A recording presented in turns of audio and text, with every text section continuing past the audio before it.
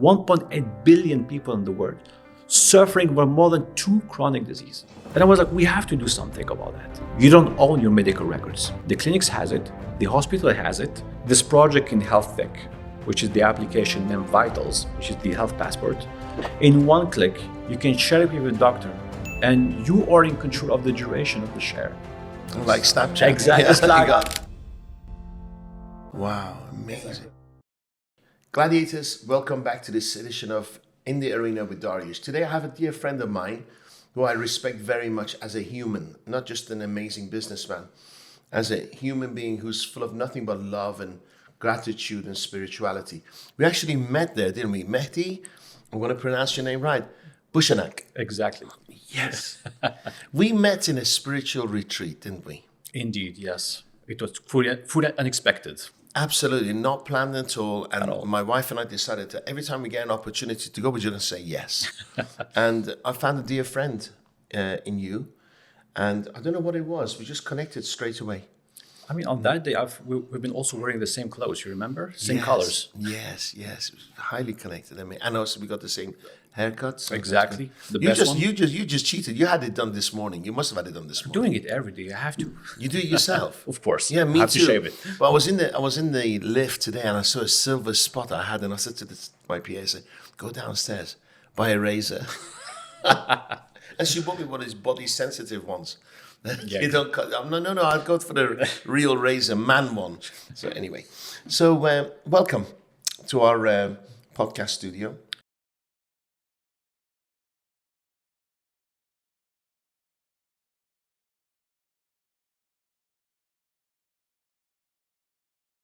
Already can share with people, They've heard it. They've heard it all before. Tell me about your background, please. Where were you born? You live in Abu Dhabi right now. Yes. So where were you born? Tell us about your history, your family, because it's quite interesting. I mean, let's take it from the beginning, as you said. So I was born in Algeria, actually, and from a mixed family. So my mother is I didn't French. expect Algeria. Now you threw that one in the pot. Okay. So I was born over there. So my mother is French, and my father is mixed Bosnian and Kabyle from his mother, North African. And I've been living there for until my 8 years old. And I come from a very modest family, to be honest. We have very strong values, where I used to say most of the time that I've been educated in a way that everything we do in life is all about what other people are going to think, those kind of things. Mm-hmm. And basically that if you think about your life, we've been educated in a way that you have 3 paths in your life. You have to be a lawyer, a doctor, or a failure, basically. that was the story behind it. So I grew up in this environment. And siblings? I have actually a sister, older for 4 years, but more than me, actually. And she lives in France. Okay. Yeah. So based on that, after a couple of years, there was a kind of civil war in Algeria. So my parents decided to flee, actually, the country, starting over from zero. And was your dad an entrepreneur? Did he have his no? own So my family background is from my father's side, they were all basically from the legal side, lawyers, and my mother medical side. So I was the anomaly somehow. Were you not forced to be educated to be a doctor or a lawyer? So of course I've been pushed this way, and when I was young, I always wanted to do 4 things, to be honest. And you understand how things have been skimmed down over time.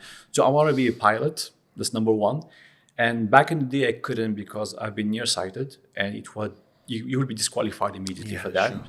The second one, I want to be a businessman. But when you think being a businessman, there's no education system for it. It's what is being a businessman? The third one, I want to be a chef. And then I want to do stand-up comedy, actually. And I was those 2 last one, it was just a no. But I discovered over time that I had a sense for business. I always recall a story when I was 6 years old. And I was gathering from pennies here and there. And one of the afternoon, I went to buy 20 newspapers, because back in the day, you had newspapers and TV only. Mm-hmm. And I was maybe I should do something to get some money as a businessman. I was knocking at the doors in the afternoon, telling people, here's a free newspaper.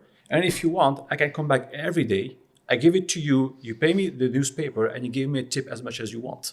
Oh. It was service-oriented already. So I felt that I have something for that. Wow. And you made money. I never had a little bit of money. Yeah, people were surprised. Like, who's this young at Yeah, 6 years I old like the trying to do angle. something? And then, and what was were you encouraged by your parents? Not at all. Not at all. Yeah, I was this very discreet kid, to be honest. I was observing a lot, trying to understand around me, curious, quite ticky. So if there is something broken at home, I would get a screwdriver, dismantle it, try to check how it functions. So I was this kind of like view of life was like everything is magic around. I have to explore it somehow. So past this phase, so we went to France. I was 8 years old, and it was kind of like pivotal moment in my life, to be honest, because you start from zero. So shifting from almost like modest to struggling, and it's we had this big change. I can recall one of the events that also helped me to change in my life to see things differently. And I was 12 years old, fifth grade. And the school director called my parents to tell them that I wasn't doing great at school and they should think to steer me toward like a new direction. Somehow like I was retard. And I wasn't meant to be for the classic academic system. I remember like my father telling me that I knew you've always been an ace, French all your life. So as far as I remember, like I was, my parents were speaking to me in French and Arabic. And for me, when I went to France, the shift happened immediately. For me, French was natural. But if it's not like your daily language every day, and when you end up in school, which is not like your current environment, actually, things shifts. And this is in Paris. You go to Paris. Exactly. Okay. And on that moment, just to come back, when they said like, it's not my path, I remember my father just saying like, oh, I knew that you will do nothing in your life. My mom like crying like, oh my God. It's like, it was like more about like, oh, what people are going to think, It's like, it was more about that. And I had a shift. Even if I was 12 years old, I told myself, do you see, if you don't fit what people want for you, you cannot be successful in life. So you have to play with the game. And surprisingly, my parents made the right choice. They gave me a chance to go in fifth grade, and I did great, actually. So, wow. The reason I asked you, I didn't want to sidetrack you. It's just that people thought I was stupid, but I didn't speak English. I just come to England, and they said I was totally stupid. Yeah. And I knew I wasn't, just didn't speak the language. Right? Exactly. And there was massive change, shift from environment you live in to... So your father, he was doing okay. Then he came to Paris and you started from scratch? I mean, that's the thing. Poverty? I mean, just a little bit of background. Algeria back in the day was part of France. So all people like having degree, they were French, basically. And my parents are French. They've been educated in France. So my father had a lawyer degree. My mom, she was like a gynecologist. And we thought that going back to France, we can carry the degrees, actually. And actually, it was voided. Wow. They had to start from scratch. Was there a problem with the visas and stuff? Or being part of the French Empire, you could have easily go to France and stay there. I mean, this is what we've done. We went back to France. So it was easy. Like, it wasn't difficult. It wasn't difficult, but there is no, actually, we were not backed by the government whatsoever. We have to start from zero by ourselves. I remember we ended up living in a studio, 4 of us, for many months. And it's a lawyer and a doctor. Exactly. Wow. And you start from zero. He became like a legal counselor, and my mom, she tried to find something else. Are they still with us, your mom and dad? Yes. Oh, good. Where are they living now? In France, in Paris. Okay. If your father was listening to you now, what would he be? Would he be proud? I hope so. It's a question we have to ask him. Maybe. No. I just want to know what you think. So where was the line drawn from, oh my God, we're worried about what people are going to think, to I'm proud of him? I mean, this is like, I think it comes from the traditional background that he wasn't very expressive on that. So you don't know exactly the deep thinking. I didn't have the kind of father that will tell you, like, I love you, I'm proud of you. It was more about all the education system, like, I'm going to push you by almost being mean, Mm-hmm. It's like, maybe it can be a source of motivation for you to be angry and hungry at the same time, and to do things to make them happen. So that's why I don't have a clear answer for this, to be honest, but I assume that deep inside, when you have child, because I'm having a daughter, that basically I'll be super happy if she accomplishes anything great in this world. Beautiful. So you communicate with them all the time, your parents, every day? Not every day. I communicate with my mom every day. Amazing. And then if I don't for one day, she's on the phone. What's happened? What's wrong? I say, if there was anything wrong, you'll be the first to know, but don't worry about it. So so you go into the education, and then where did you qualify? You go to university? So I did pretty good at school, and what I decided is like to move forward. So I did things on my own. I got a chance to have a scholarship from the French government. I'm always grateful for that, because if this didn't happen, I wouldn't go to go to university. So I got lucky. I went to one of the finest university in economics. I studied finance. And on the last year, I wanted to do something else. I was like, finance is not my thing, actually. I want to see something else. And it's funny how life can steer you back to what you wanted initially. So I found like a master degree that's called like defense dynamic in aerospace. Okay. And I was like, okay, let's give it a try. But the interesting part, because it worked like course and work at the same time. So I was able to have a job during the day and study in the evening. So I have a degree and have a job. What was your day job? So I was a marketing analyst at Thales Okay. during the day. Data. Data analytics, more about marketing actually, Okay. It's trying to see how the competition evolves around, which was very much interesting. So I dived into that, and Did you live by yourself or you live with your family? I was by myself. By yourself. Okay. It was one of the best experience. It's like you have to do things on your own. Yeah, boil eggs. Exactly. So you're still in Paris. Yes, I So was. you found a job. I found a very job in good, Paris. You got yourself busy in the evenings, learning, educating Exactly. about aerospace, right? Exactly. And from that, it was like a year and a half job at Thales, and then it was finished based on the courses. I got lucky. I got handhunted by a consulting company, and they see something interesting in me because I have my economics background, and they wanted to provide something new on the market, which was about like how are the spillovers from the defense markets can impact the real economy. So I built some model that say for the government, if you put $1 in one defense program, how are we going to create jobs in the economy? How is it going to impact other like fields of the economy? So I studied this. And what did you find out? Because there are certain countries, we're not going to mention them, they create wars all the time, right? I know. And is it good for the economy or bad for the economy? I will tell you from like economical perspective, Yes. it's a yes. Why? Because it allows government to spend money. So it's like it has like a spillover effect on the rest of the economy, because when you build like, I don't know, a battlefield tank or a jet fighter, it's the whole economy going to benefit. You need steel, you need the Where are they you need getting the money systems. from? Sorry, Where are they getting money from? Isn't that mean more debt? it's like small debt. Yeah, you print money definitely. Yeah, and then it's crazy, right? It's false economy, in my humble opinion. You're the expert.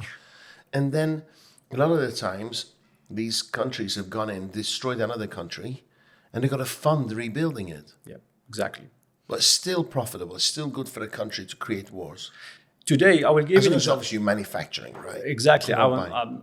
I will give you one of my point of view about something Please. when COVID happened, all right? Because when you take the history in economy, what's happened, like most of the time when the economy was going down, we're creating wars indeed, all right? Because we know we can print money, take it out, and again, reboost the economy. And if you take a look to all the presidents across the world when COVID happened, they're always saying that we are fighting, we're having a war against an invisible enemy. You get my point? Correct. Is to allow the country to print money and to support something to fight against the invisible enemy. So what I think that things, it didn't happen the way it was expected, because what happened after COVID didn't happen. I think when wars happen afterward, there's also a reason when you have to support it somehow, because you have to inject some money to restart the economy. Crazy. But this is like historical. I'm not trying to No. It's historical. It's just saddening because wars inevitably mean deaths of human beings, right? Whether they're guilty or not or whatever. It just means deaths, innocent people dying. And that's painful to me. It is, of course. Yeah, because you're part of a bigger plan, but part of a bigger economy. Crazy. Okay, sorry. I'll go off on one, and I'm not going to try to be political or anything like this. It's just like, because thank you for that. It's meant to be there. I'm like, why are these countries creating wars all the time? There is always, I was explaining to my daughter one day, she asked me the same question, and she was like, wars and economics. I was like, if you look at history, every single time you had a war, the underlying message, afterwards. it's economics. It's like they will go because they will do mining, there is gas, there is oil. It is the underlying message. Of course, you're not going to expose it this way because it's not politically correct to make it this way. But most of the time, if you dig down, and this is just my opinion, by the way, just like this is what you can observe. I think your opinion is quite correct because today in this world we're seeing wrong leaders people are kissing their ass, and it's all economy, and they've got no values, they don't speak the truth, they're self-obsessed. Yeah, and it's like the people don't care because the money is where they are. Exactly. Yeah, incredible. So how many years did you do that, and then what happened? So this I did it for 3 years, and then I realized, and this is how I started my entrepreneur life actually, that I saw how much they were invoicing companies and how much I was getting, and I was the one doing the job basically. So I was like, oh, I always had this dream to be a businessman, travel the world, this image we see in movies, like traveling here and there, closing deals. And I was like, I should maybe step out and do things on my own and just discover the world and see where we can do business for the next 10 years. So I remember I met this CEO of this company and I said, listen, you know what? I would like to leave. And he was a bit embarrassed. The company you're currently working with now? Yes. Wow. And they were like, okay, they told me like, listen, what we can have a deal now is like, you can be like our consultant, you work on your own, you do things on your side, but still working together.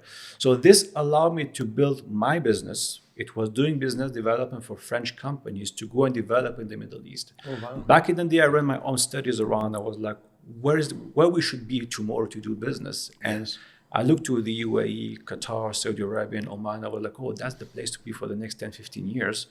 So I came here like with nothing, and I was just like moving around here and As there. a consultant? Yes, on my own. I was based in Paris with my wife and my daughter.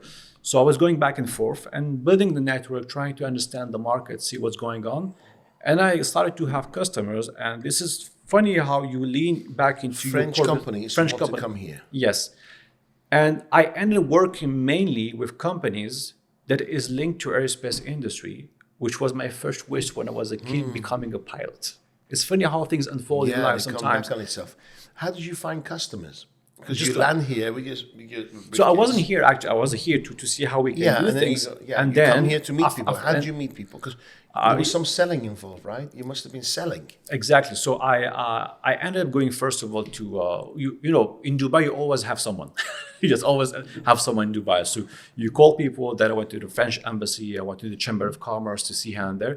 And you just build up the network. You just meet people. You explain what you're doing, and you understand the market. You see how much value You add make can it bring. sound so easy, right? Because at that time you have a young wife, child, Yeah. yes, and you're taking a risk. Nobody's paying you the flight detail. Nobody's paying No. you for the hotel. No, I was taking this risk definitely. One of my approach in life, I bend the word hope and wish basically. I replace it by planning and taking action, and I stop thinking in a way like, oh, I'm doing this like wishful thinking or whatsoever. So I shifted from passive expectation to active creation. Actually, I was like, I'm gonna take control. If I don't take the risks now, I know I have a clear vision of what I want. If I don't make it now, how can I end up there?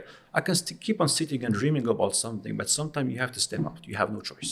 I think action is the biggest It's aphrodisiac. the biggest. Otherwise, you lose sleep. You're procrastinating. Exactly. Life's going by. You're going backwards. So, the Mehdi I know now, chilled, relaxed, wonderful human being, cool, happy. Were there any times the business and the risk affected your health or your mind or your marriage even? yes. Because obviously you're not with your partner at the moment. Yeah, so there was actually, and I actually started to write a book about that. It was like a pivotal moment in my life. It was in 2015. I was in Qatar with my ex-wife and my daughter. And when things happen in life, we decided to get separated and divorce. And that moment in my life is like my career crumbled. I had health issues. My finances were doing like not great at all. And I was going through this divorce, losing your daughter who've been with for 3 years, and all of a sudden your life changes. And I was like sitting down, I was like, what am I gonna do now? And I was always being in this all thinking pen of like, what people are gonna think. It's like, because I tried to tick all the boxes, like you've been married, you everyone, get yeah. exactly, try to please everyone, and in the end, you're just like alone. I mean, I tell people like the best battle you can win in your life is against your mind, and there is no superhero that's gonna show up and save you. You have to do the job, and this like mental fortitude I had to build it. This is the time, we say sometime in life when you go through trauma, we have like an event, a setback. This is the moment you realize something. I believe because we have no choice. Once we have a choice, we feel comfortable. We don't take the easy risk. route, Exactly. correct. So I had no choice. I remember I ended up back to France with Did almost your nothing. ex-wife initiate the divorce? No, I'm the one actually. You just had enough. Yes, for Wow. a couple of reasons. And one of the points also cost me my health at some point. So I was like, sometimes when things like are not right for you anymore, even if you have to take hard decisions, you feel deep inside it's the right one. Wow. Tough call to make. Yeah. And knowing you would potentially not see your daughter as much. Yeah, I remember it was like, I still have this scene clicking in my mind when I drove them in the airport and I stepped back, I started to cry and I was like, can you imagine this is the last time you're going to be living on daily basis with your daughter? This is the last time. And that was something. I had that when I got divorced from my first, and I used to drop them at the airport. I just like this. And as soon as they went through passport control, tears Exactly, flooding down. same way. Yeah. It's like I walked back and I was like, I was in tears. And then when they moved to Dubai, all the way on the flight back, I was crying all the way back to. It's heavy. I mean, even after when I was meeting her time to time, and every time it was time to drop her, it was heavy. But She's what, 13 now? she's gonna turn 13 in 13. 22nd. Oh, Yeah, congratulations. How is she? she's doing great. What's her name? I don't even know. It's her Clara. name. Clara. Does she come to Dubai? Yeah, very often Gonna actually. Let me know, please. I introduce Oh, her to well, our sure. boys. Pleasure. I'm sure they'll get on fine. And what does she do? Does she play computer games? What's she doing? No, she's more into modern dancing. She's playing battery, and this is her true passion lately, and she's enjoying it. But she's like a very, very, very girly girl. It's like Sure, yeah. sure. Well, congratulations. You've done fabulously well. We're going to talk about business. Now, Sure. where did spirituality come into this? Where did your search for spirituality come into place? Actually, when I was in this phase of like when I hit rock bottom, yeah, I see every time when you hit rock bottom, you can either jump back to the surface or dig down with a shovel and bury yourself. You have a choice.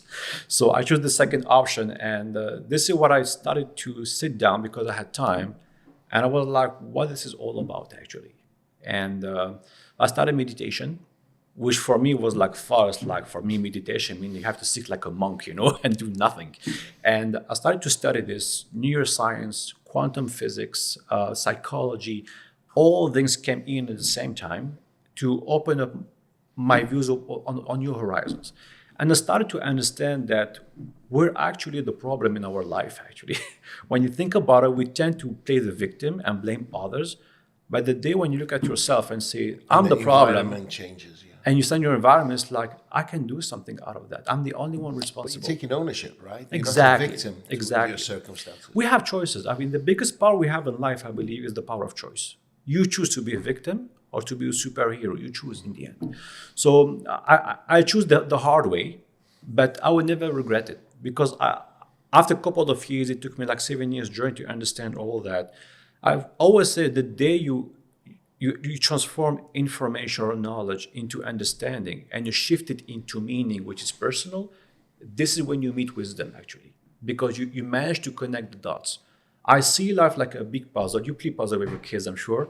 And sometimes you have this piece, you say, what is that? I don't know what's that. So this is what we do in life usually. We stop on the moment and you try to find meaning immediately. Oh, this is bad. And after a while, you can see like, There was a purpose it for was it, a yeah. purpose. It has to fit here actually. And now I can see clearly. So I use every day the principle of the Stoics, which I love. It's very basic. It's like 300 BC. It's that old. Yes. And every time I face something in event in my life, I say, do you have control out of it? Yes or no? Were you a strict Muslim? No. It Now, was I've always been spiritual. I'm always family. grateful. Like Family? like Quite. it was mixed actually. It's like we've never been like that religious in the family. Because sometimes when you are really religious, whatever religion, then you don't like spirituality, right? So- it's seen as a sin. It was around me actually. I live in an environment that was very much religious, but I've never been forced for anything, to be honest. And I always felt I have a choice for that, and I had this freedom actually. So I made the choice to dig about anything, because if you take a look about religions nowadays, I mean, if you step back and you have a bird's eye view, you tell they're all the same in the end. did they believe in the same thing? I mean, so all only those one war God, whatsoever. yes. I mean, it's like a nonsense in the end. So I was like, okay, there is something. I'm personally a believer what I call like universe, that you can name it as you want, and I believe that we are like all the whole thing. We're all interconnected. This is what I believe. I was watching a program 2 days ago on one YouTuber went to Mexico, and the Mayans had this tunnel, and there was a tree in there that connected life. Yeah. The tree of life, and it was just like Avatar. Exactly. Yeah, everybody's connected. It was incredible program, incredible foresight. It was amazing, deep stuff that I think maybe we've lost somewhere along the way. Technology. I thought something to my daughter last time, and I truly believe it. I say we live in a world today when we've been unlearned to rely on our intuition and gut feeling. I say, how many times you think about someone and they call you? How many times you're gonna sit, you can feel the awkwardness of someone watching you from the back, and you don't have eyes in the back, and you can feel it. But we live in a world when you tell it, okay, this is the way how you should see the world, and the rest, now forget about it. Because it's not tangible. That's why. True, you can't touch and feel it. Exactly. So tell me about the change you made from self-employed. You started working for a company. Yes. So in 2016, when I was being a consultant for this aerospace company, prominent one called Safran, and at some point they offered me to join the company. And I was skeptical, to be honest, because when you work like 10 years for yourself and getting back in a huge corporate company, I questioned myself many times. And since I was going through my divorce, I said, having some stability in my life, why not? I'm going to give it a try for 2-3 years. And this is how I ended up in the UAE. And I was working for them until In Dubai or Abu Dhabi? in Abu Dhabi, because so the you've HQ. been, you've been 9 years 9 in years, Abu Dhabi. exactly. So I lived like 3 months in Dubai, and I didn't like it much, especially the HQ was in Abu Dhabi, so I have to commute daily. It wasn't pretty convenient. So I decided like, okay, let's go to Abu Dhabi and let's see 2-3 years. And after 3 years, like everyone knows, like COVID happened. So you sit down and say, what I'm going to do there. And I remember in 2021, I told myself, okay, maybe it's time to go for something else, and told the company, I want to go for another direction. And like a snowball effect, maybe it wasn't my time. I was offered to be promoted, and I became the CEO of the original company here, which was a great opportunity for me. And I was like, okay, let's Who give were it. you negotiating with? The owner of, is it a private owner or is it? I mean, the company, directors? it's like 90,000 people. It's like, of course, it's the. So who you communicated with? Who was your boss? It was the international VP. Okay. Yeah. And he sees the opportunity to give you a promotion to stay. So actually, I applied to them. You have to apply. I didn't actually believe in it. I will tell you why. Because those kind of positions, it's kind of like French mentality. You have to be 55 plus to get it. And I was just like freshly 40. And I was like, oh, there is no chance I'm going to get it. So I just like, let's give it a try. And it happened actually. So I got there. And that was like the first thing that comforted me in the idea. I love this field. Because till now, when I see a plane coming around, I always raise my hand. I was like, wow. Even after like 43 years, just looking at it as a kid, Did you have your own ever? No, never. I tried to get my license. I didn't have time to make it fully, but I know I'm gonna make it one day. Would you own your own plane? No, I will. No, you will. I will. You will. I sat in a private plane. I didn't enjoy it. It was a really nice plane, $10 million. But I didn't enjoy it. When you fly Emirates, It's a great airline, by the way. yeah, when you fly Emirates, why do you want to have your own? I can see the convenience of popping into your own private airport, straight onto the plane, off you go, not having to check in 2-3 hours before. I get it. I get that part. But I just love flying Emirates. Emirates is an amazing airline, and they know the meaning of service. I mean, it's like number one airline in the world. Let's be honest, in terms of destination, service, aircraft. 380 is an amazing aircraft. Well, we're going to talk about all those. It's coming to an end, A380. No, they stopped making them now. Actually, Airbus stopped it, indeed. But there is still like now Italian to support the aircraft for like 10, 15 years more. And one of the biggest company who's using Emirates, it's Emirates actually using the 380. So they don't exactly. So they're asking even to extend the lifetime of the aircraft. But They are so popular, so amazing. yeah, I mean, passengers they love it. As a passenger experience, it's something amazing. But economically, it's not a good plane. The maintenance is like widespread. You can see it everywhere. It's an aircraft which is costly to maintain. I see. I see. Not because it's breaking down, it's just to maintain, to make sure. Maintain it, yeah. And you've seen the new Airbuses that are coming out? The 350, yeah. Amazing, good. Amazing, good. It's just like a matter of capacity in the end because they're smaller aircrafts, Yes. and which means that even if you replace it one by one, you cannot like have the same capacity for the aircraft. Of course. That's the thing. But then the A3 need a special runway, I guess, and Yes. gates, especially for. If you remember back in the day when they launched the 380, many airports they have to adjust Correct. because of the weight of the aircraft. Correct. Yes. Correct. Amazing. But the funny thing is, the 747s lasted so long. Yes, indeed. It was a very old aircraft, and even now you can see Air Force One was there Yes, these correct, days. correct. So one of the aspect of the 747 is the fuel consumption. Actually, the thing that leads the industry nowadays is try to reduce the operating cost. Okay. That's the biggest challenge. So that's why they go for new aircraft because of fuel efficiency usually. This is like the main target because if you have better fuel efficiency, you will have like more return in the company. And they had Rolls-Royce engines or Boeing engines. They have Rolls-Royce, yeah. Rolls-Royce and GE engines. Clever. Very, very clever. Amazing. Being on the first floor of the 747 was my dream. And then when I now sit in an A380 or business or first, I'm like, whoa, and having a shower in there. Crazy stuff. It's amazing, yeah. So your current company that you're a CEO of, what they do is they do the internal and all the maintenance? So basically, cabins? I like to say, Safran, it's, when you buy a car, you don't know who's behind it. I will give you like an example which is quite vivid, I think. If you take an Airbus 320 or maybe a 737, in the best configuration we can have favoring Safran, let's say we do 80% of it.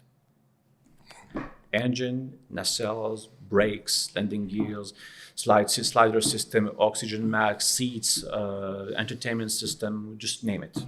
You guys do it? Exactly. You do engine? Yes. Wow. All the engines for Flying Dubai are from Safran. Oh, really? I thought Rolls-Royce will maintain it. No, for this kind of aircraft, actually, we're like the leaders for this. Incredible. So your guys get trained by Rolls-Royce. They get certificates to be able to maintain these engines, right? So if it is Rolls-Royce. If it's also all the technical staff from Emirates, for instance, they need to get the certification, of course, to maintain the aircraft. Yes. Wow.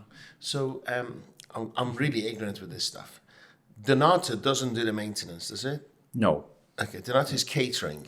The Denata they are actually operating the airport, Okay. and they give all the site services around. Actually, Wow. There's so many different levels Yes. of payments and services. Because when the plane lands, it's taken to the place, the catering is done, the engine. It's all could be different contractors, right? it is, yeah. And all that is fraction of divided and paid by different people. I mean, it's It's a tough business. It's a airline business. I'll be honest. If you have an airline, that's where you can see over time many airlines they went bankrupt. Yeah, they struggle. You go in Europe nowadays. I was looking to some figures online last time. The profit is like around 1-2% only. Crazy. And then you have to market it. You have to sell it. You could have the perfect everything and then sell it. Yes. Wow. Fuel by Emirates is not subsidized, is it? No. They're just a very well-run business. I mean, you have. I like to give this number as well for you to know how it's like costly to have to operate an aircraft. The roughly number, it's if you have like a 380 or 777 grounded, not flying at all because there is whatsoever issue, the loss is between $80,000 and $100,000 a day.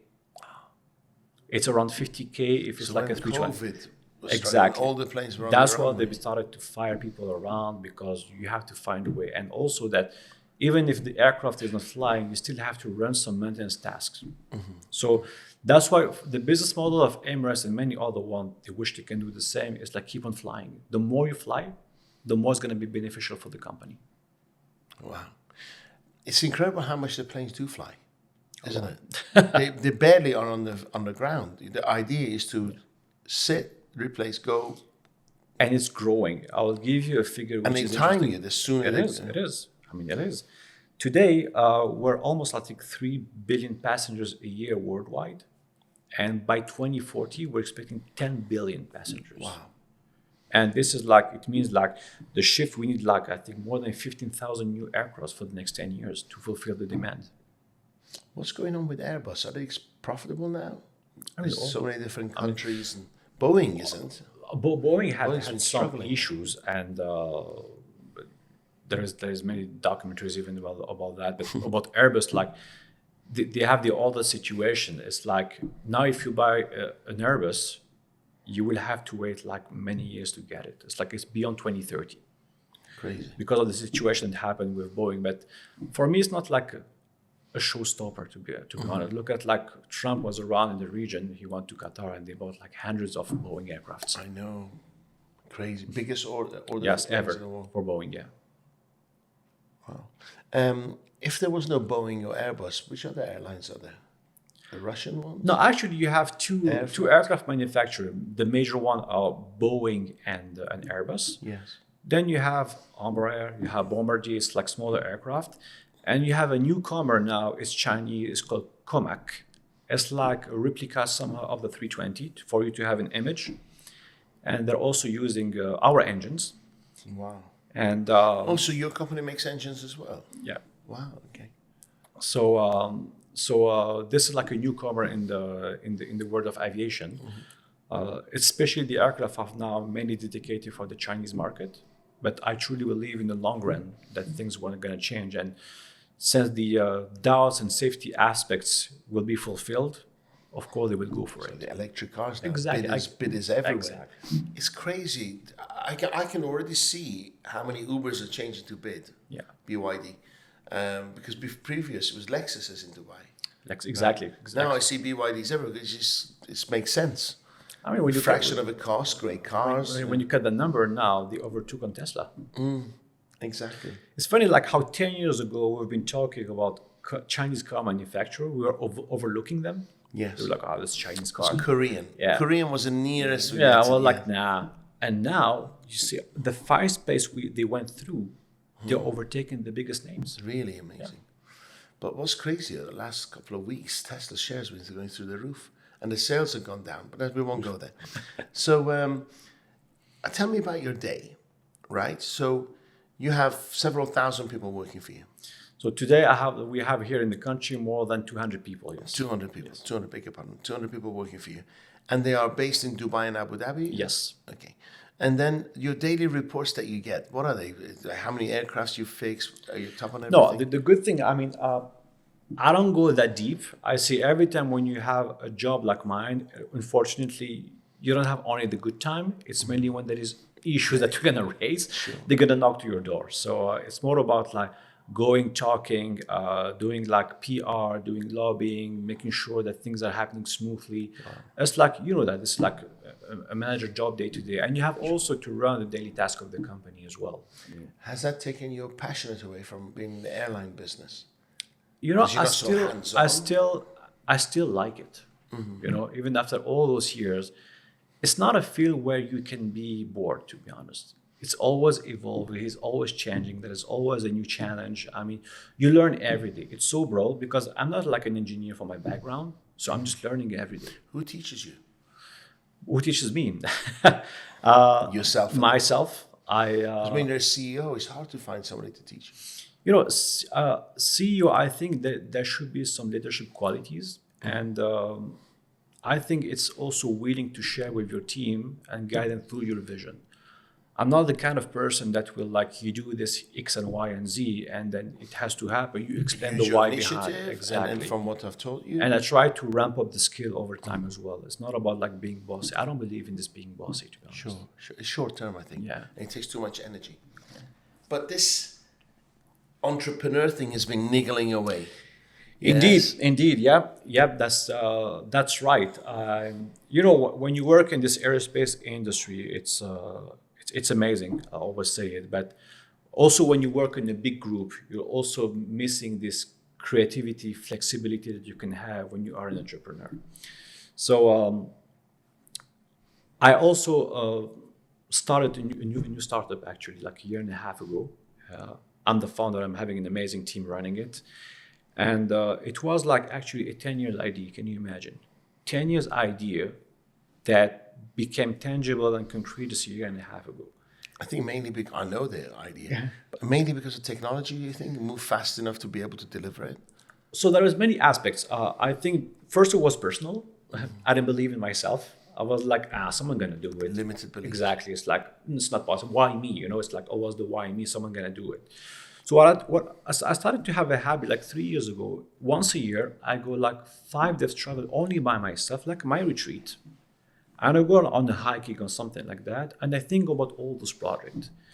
And just like throwback in April 2023, I remember I went actually to Thailand for 5 days just for a tour, beautiful beach, like islands, and I was thinking about my projects. And I was like, oh, I remember I had one in health 10 years ago. It started by one day I was in the hospital. And Sorry, so are you full of ideas? yeah, And you went for the lowest hanging fruit, the one that was prominent, kept reminding you this is a good idea. yeah, exactly. You know, something that you feel that you're missing out on something, something that you feel that you're nourishing your regrets, and you were like, I have to do it. I don't want to die with that. Very I have to make sure that if it's happening or not, but at least I tried. That's the most important thing. So I was walking around, I was like, okay, I remember like 10 years ago, I was in the hospital, and I see like when you go there, check in, they will just give you a form, you fill up the form, do you have allergy, do you have here X, Y, and Z? And I got like an idea, was like, okay, why don't we have like something digital within us? That I go in a hospital, they know exactly my past, they know everything.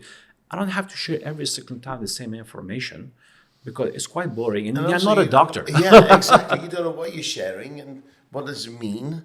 And I don't understand anything. I don't even know my blood type. This is Why the thing. should I even bother remembering? And you know? you don't know. So I come up with this idea 10 years ago, and I was like, why we don't have something that looks like maybe like a health passport? It's like I have all my information I can carry with me, like that just make it handy actually. Yes. And 10 years ago, I tried to think about the idea, and I didn't move forward. I will tell you why. Because I truly believe if you don't have the right infrastructure at a certain given time, you're wasting your time. In the sense that if you have brought like electrical Tesla cars 15 years ago, it's pointless. Yes, correct. Back in the day in hospitals and clinics, they didn't have Wi-Fi and internet. So why having an app or something or for them, you don't have the right ecosystem, the right infrastructure. So I left it aside, right? So when I was on this retreat trip somehow, and it was the advent of AI, I remember like ChatGPT was launched in November 2022, and it was in April 2023. I asked ChatGPT, I was like, okay, is there any solution? And this is my points. And it said, no. There is actually a few countries, even the UAE, they have a sort of unified system, but there is nothing that puts you in charge of your own health data that you can carry around and share it with your doctor. Oh, that's interesting. But like 10 years after, still nothing happening this way. So I was so inspired. I sit down, remember one day, and I wrote down the whole pitch deck.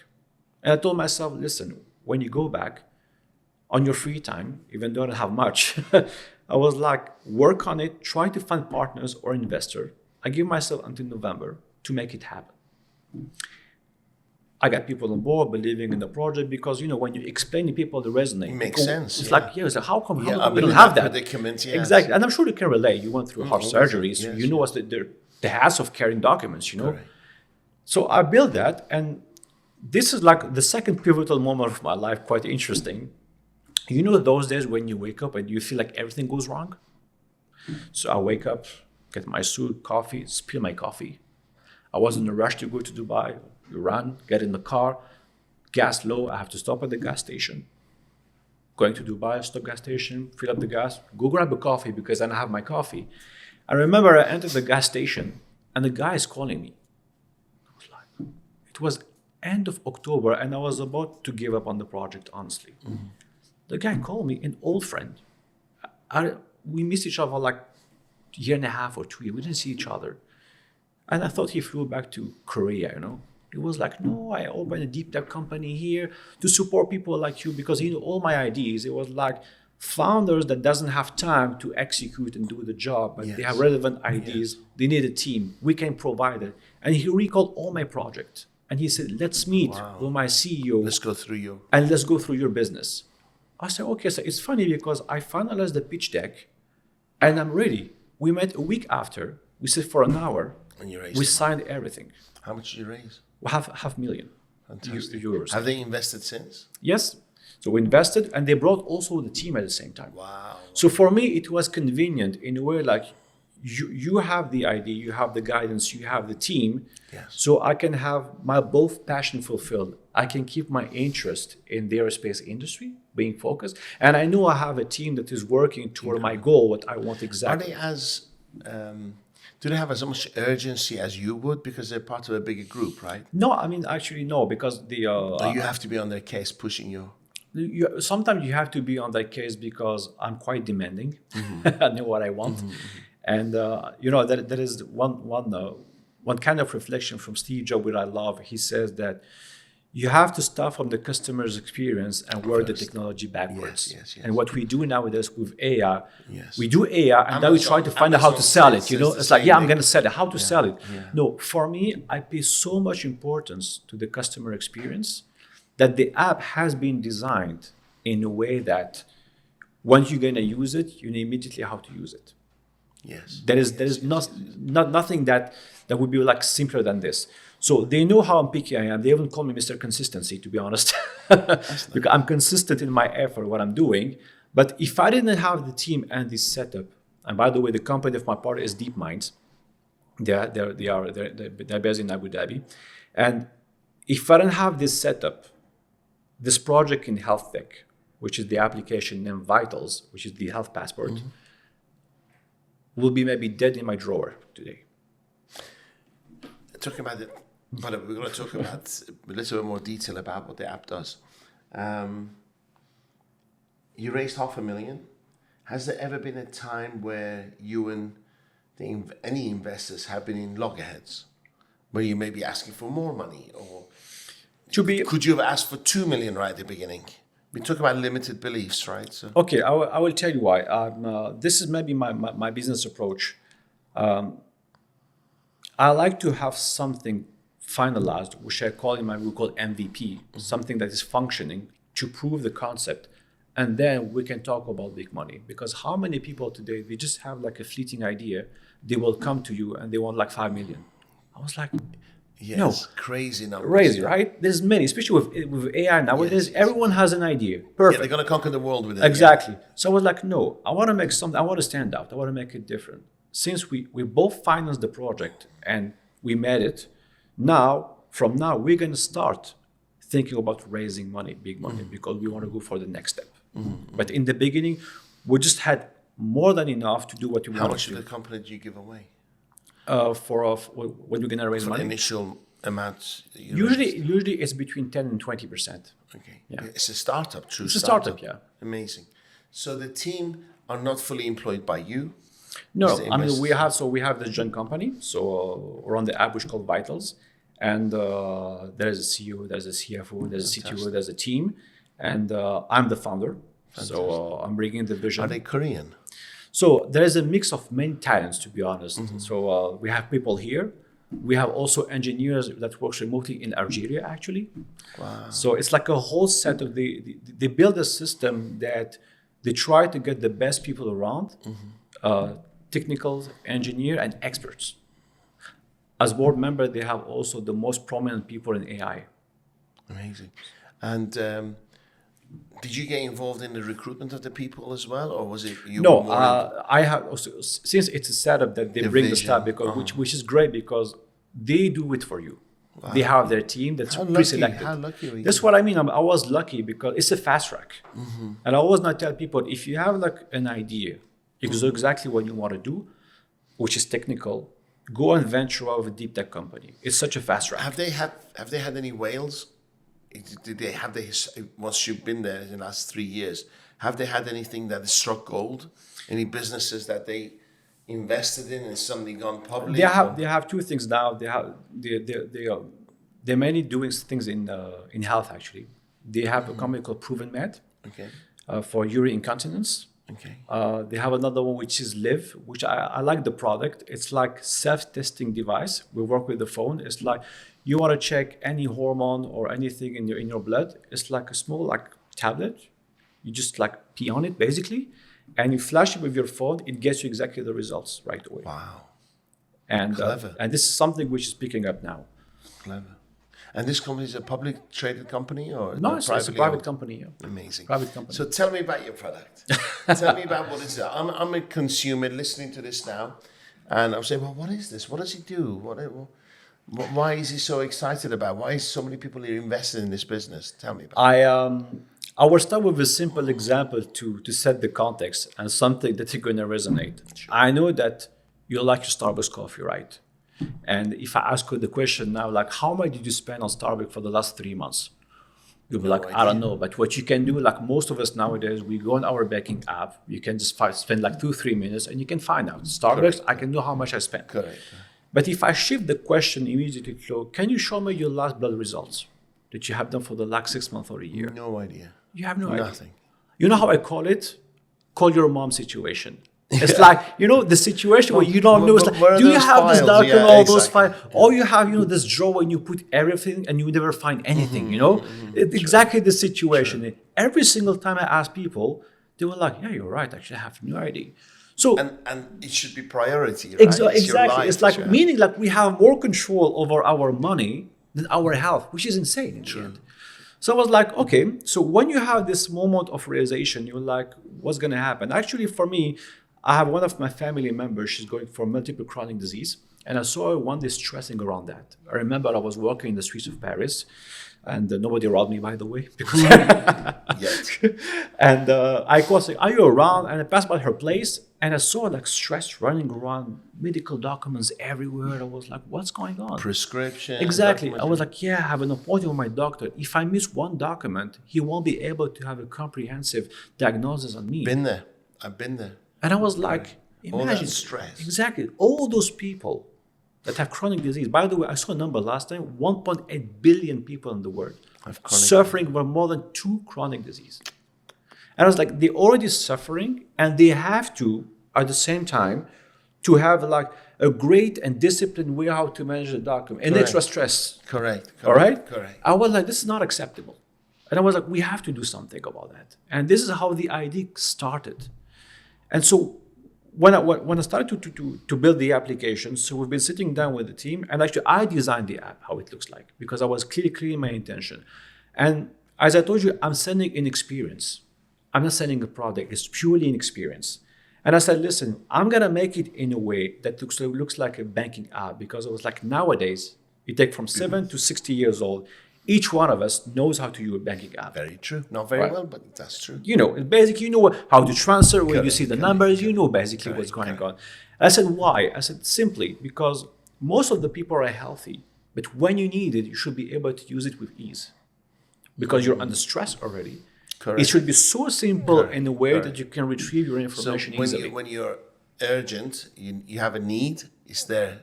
Exactly. Touch of a button. So this is how we build it. And the concept, I will tell you what is it. It's people are not aware about it, but technically speaking, you don't own your medical records. The clinics has it, the hospital has it, and when you want something, sometimes you have to beg for it. Let's be honest. You have to call them. I have my MRI readings, and I have to go and say, "Come on, give it to me, please." Yes, but it's on a disc. You have to come and pick it up and pay this amount. Pain in the ass. I will come back to this example. Sure. So what I've done, I said, okay, let's put it on the table, how we can make the journey easy. So I said, first of all, there is limitation on the market. People are going to talk about privacy, about like, is it safe, and then regulation. 3 points usually, I think many companies give up on the market because of that. And here's my following answers. First of all, we are the first application that provide encryption, which means when you upload a document, it's encrypted. You are the only one that can decrypt the document. I cannot see it. Yes. That's number one. Yes. About regulation, I said, there is limitation if our system is connecting to the government system.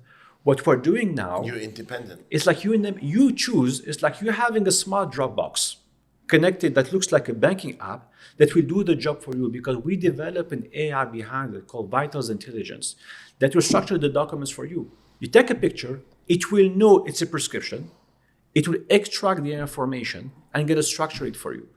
We even now implemented something that I think we're gonna release in a few months, because it's like the surprise afterward. It's like there will be an AI insight. You can say, oh, how my cholesterol evolved for over the last 2 years. And it calculates it. It will get you all the numbers that you had on the app and create a chart for you. Crazy. It's like once again, we're selling conveniency. This is the thing. Could you have things like in the future, like your Apple Watch connected We're to working on it, yes. Actually, this is like, so just to although explain. it's not medical, but it's a reading of It is. So just for you to understand, so since I love to do business with purpose, and my partners, they know about it, I said the app by itself, version number 1 whatsoever, always be free. For me, people are suffering. I don't see myself to trying to make money out of that. Yes. It doesn't make sense, right? Wow.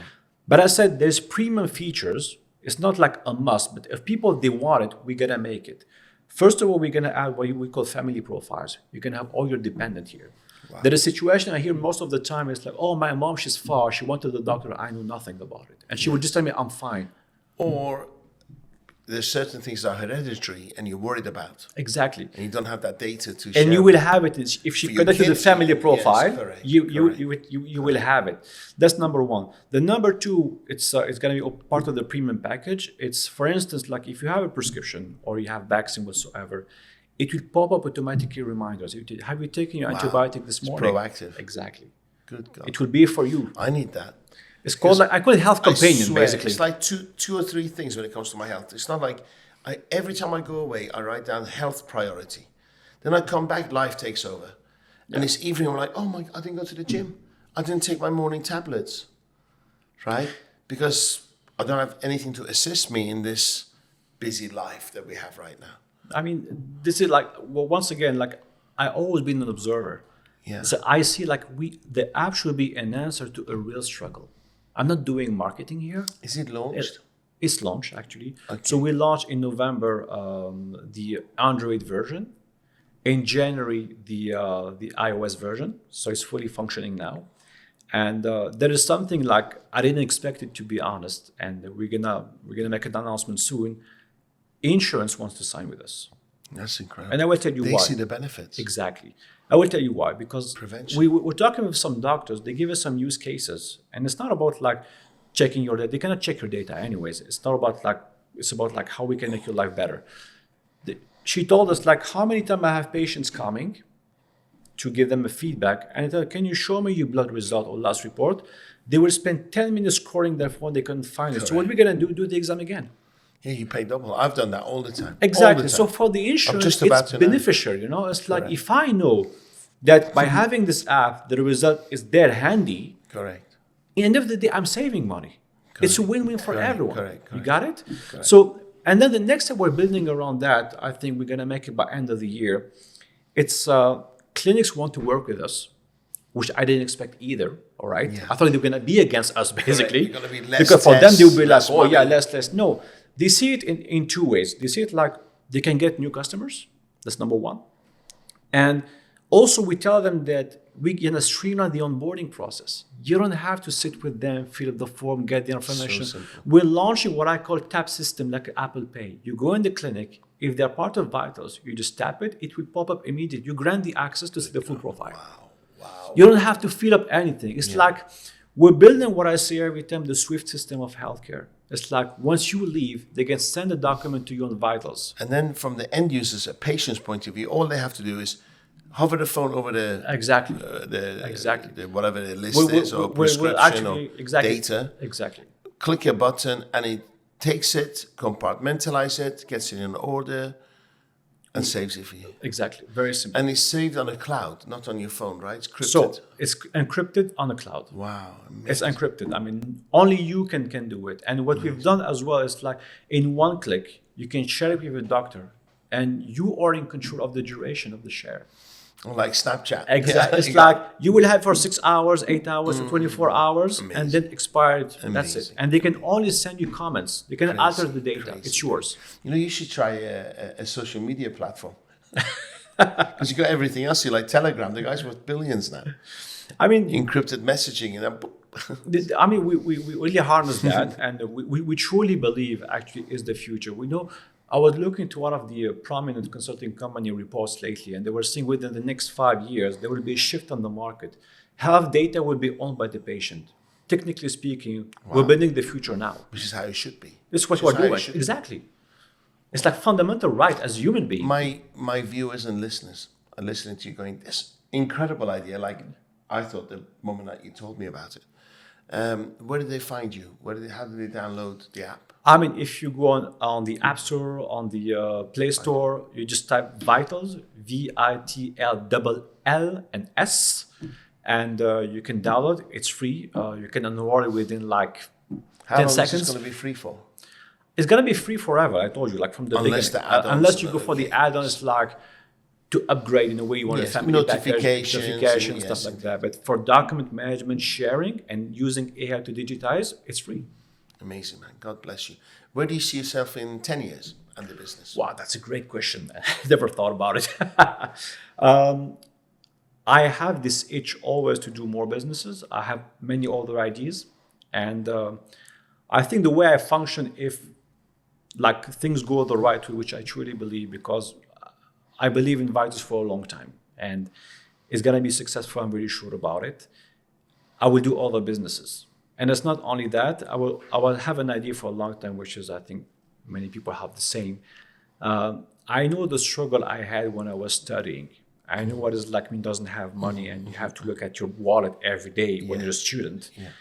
And I wish back in the day, I told myself, like, I wish I met some people, they will believe in me and finance my study and just like believe in me doing it. That's what you want to do. Set up. And I want to do something like a foundation, like find talents, finance their studies. This is something I want to do. And coming back to that, I always tell my friends around, before 50, I want to be retired, just to do business for the sake of pleasure. I was going to say, I can see yourself sitting on a beach in Thailand, running your empire. I can see it and coming up with the ideas. I can see it. Whatever we've been You can believe the timing. You can actually join me. I'm already there. Maybe not Thailand, but I'm already there. I've decided to slow down. 46 years working is taking its toll. It is. And now, like you said, compounding knowledge, compounding effort. Yes. And now I can sit back, thank you God, still not reached 60 yet, and nurture the what's come back from all the effort we made. Honestly, every day I think I'm worthy.